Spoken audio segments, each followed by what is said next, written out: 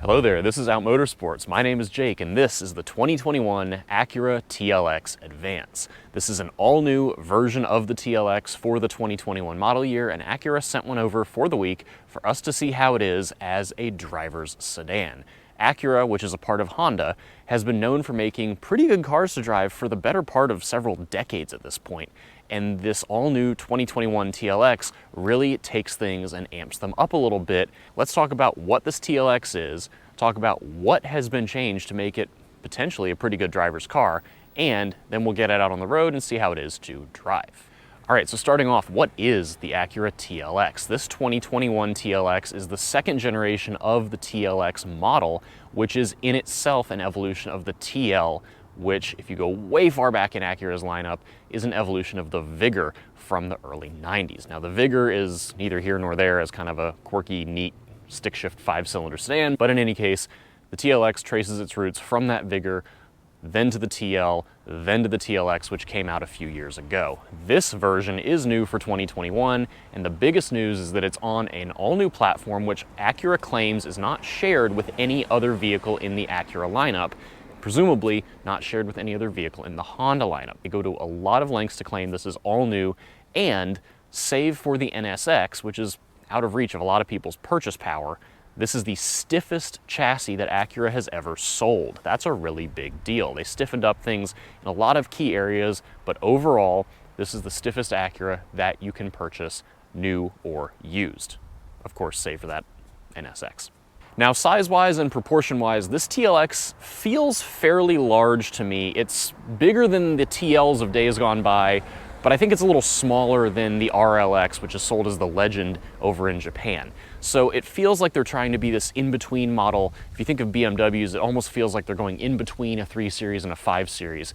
There's a lot of width to this car, which behind the wheel comes across both as just a wide vehicle and also as almost a sedan version of the NSX. That's kind of what you get between the width, the long hood, the driving position. It all comes together and it feels kind of special, kind of interesting.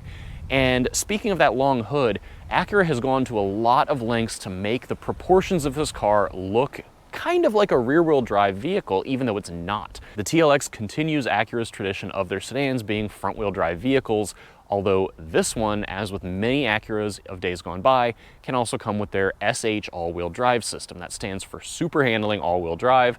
We'll get into what that actually means in just a minute. But they've gone to a lot of lengths with this long hood to make this car's proportions look like a rear drive sedan. It's pretty neat. It's visually very interesting. I happen to like it. I think it's very striking. Let me know if you agree or not by leaving a comment down below. Now, as far as what powers this 2021 TLX, this is a 2-liter turbocharged inline 4-cylinder with VTEC, as with any good Acura or Honda product, and it makes 272 horsepower and 280 pound-feet of torque. Those are pretty healthy numbers for a Turbo 4, and all of that power goes through a standard 10-speed automatic with standard paddle shifters on the steering wheel. Like I said, that power can be transmitted through all 4 wheels with the Super Handling all-wheel drive setup, which is optional on this TLX. The TLX comes standard with front-wheel drive. That SH all-wheel drive is, as I said, optional. Now, beyond the drivetrain of this 2021 TLX, the other interesting thing about the underpinnings of this car is that Acura went back to a double wishbone front suspension setup. That is the type of suspension setup that made Acuras and Hondas of decades gone by known so well for the handling characteristics that they possessed. The first TLX, which is the outgoing model, actually came with a McPherson strut setup, and that's not a bad setup at all. However, Acura really tried to make this car better as a driver's car, and to do that, they had to go back to that double wishbone setup. 2 other interesting items with the TLX from a driving and handling perspective. One is the steering. It is an electronically boosted setup, just like everything else on the market these days, but it has a variable ratio setup. So the ratio of the steering, meaning how far you have to turn it, actually changes based on how far you're turning the steering wheel in any direction. So that is an interesting take. It's, again, can help as far as how much effort you need to turn the wheel at low speeds versus high speeds. Kind of a nice touch. The other thing here is the brakes. The brakes on this car are one of the first in the industry to be a brake-by-wire setup, which first debuted for Acura on the NSX. That means the brake system is electronically boosted, and the feedback that you get in the pedal, the overall pedal feel, and the decision of what happens based on how hard you're pushing the pedal is actually all managed by a computer module. So, like it or not, a lot of cars are starting to go in that direction, and the TLX is one of them. We'll get into how this feels on the road in just a minute, but it's a very interesting setup.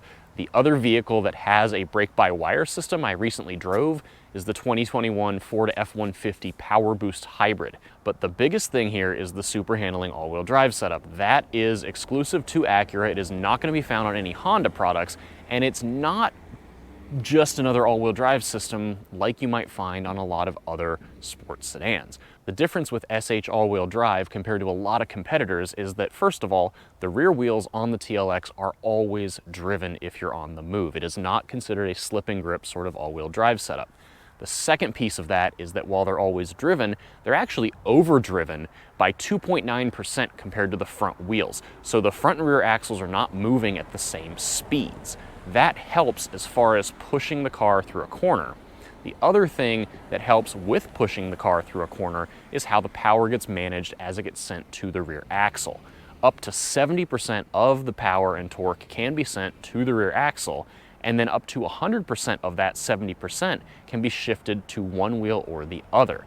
So there are sensors in the system that will detect if you've got the weight transfer that indicates you're going through a high cornering load, and it will transfer all of the power and torque to the outside wheel.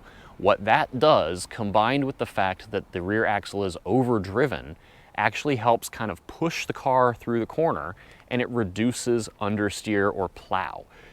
It's a really interesting feeling. It's really, really cool, and you can actually feel it even at city speeds. If you go through a tight left or right-hand turn and just goose the throttle a little bit, you will feel the whole car want to pivot a little more than you think it should, given its front-wheel drive based. It's a really neat feeling. We'll take this out on some back roads here and see how it feels at higher than 10-mile-an-hour speeds, but regardless, all of that contributes to make this car want to pivot more than it might otherwise. Now, all of this does, of course, come at a price. We have to discuss MSRP of this 2021 TLX. Like I said, this is the Advance package. There is also the A-Spec package available, which is more of a visual thing, but the Advance package is going to be the most luxury-oriented TLX with the four-cylinder that you can buy. So, like I said, 272 horsepower, 280 pound-feet of torque, and the Advance package adds some nice stuff inside and out, but the MSRP of this car comes in right around $49,300. And if you're looking for a little more power, something a little more special, there is going to be a Type-S variant of this 2021 TLX, and it's almost here. It will be hitting dealers very, very soon. Acura said spring 2021, which is more or less here, and that will offer a turbocharged V6 under the hood, making quite a bit more power and torque. It will offer Brembo brakes up front, and of course a whole host of interior updates, color combination changes, visual changes outside. More to come on that. We're hoping to get behind the wheel of one of those very, very soon. So with all that, let's hop behind the wheel and see how this 2021 Acura TLX is as a driver's sedan.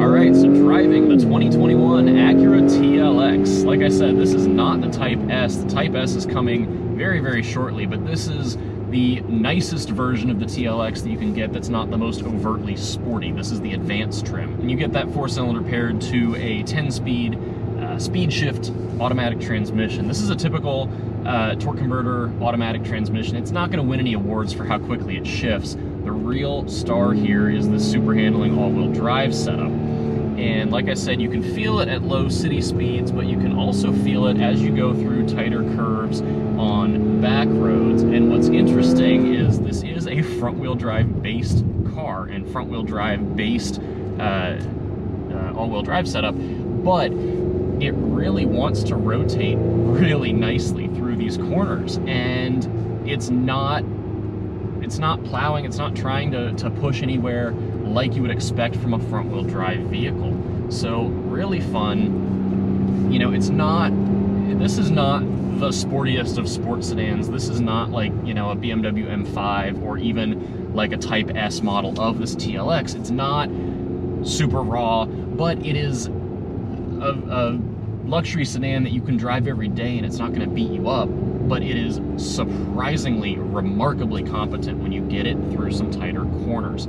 I think the 2-liter 4-cylinder is plenty powerful, plenty torquey for most people in most scenarios. The power does fall off a little bit when you get towards the top of the tack, but you've got 10 speeds from that gearbox to really keep you happy and keep it in the power and torque band. So it's not the worst thing ever. I do wish the shifts would come a little bit quicker. Acura calls this a speed shift transmission, and it's not the speediest shift transmission, but it's not bad. The paddles do respond well to your inputs. The car does listen to what you're trying to do.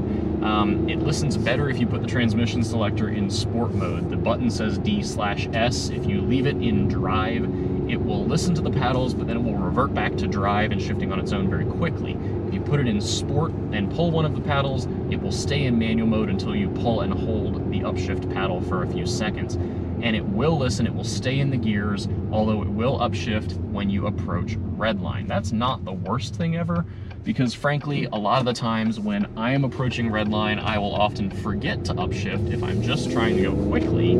So why not let it upshift for you? But then if you're just trying to hang out like right here and just let it sit in this case 3rd gear, it'll sit, it'll do its thing. You can wait and, you know, pull the paddles as you feel appropriate given the roads you are on. Like I said, it does feel kind of wide. The suspension setup in here is adaptive. This car does have the optional adaptive suspension on it. And in normal mode, I find the damper settings to be a little on the floaty side. Not a terrible thing when you're at highway speed. It's just going to be a very cushy ride.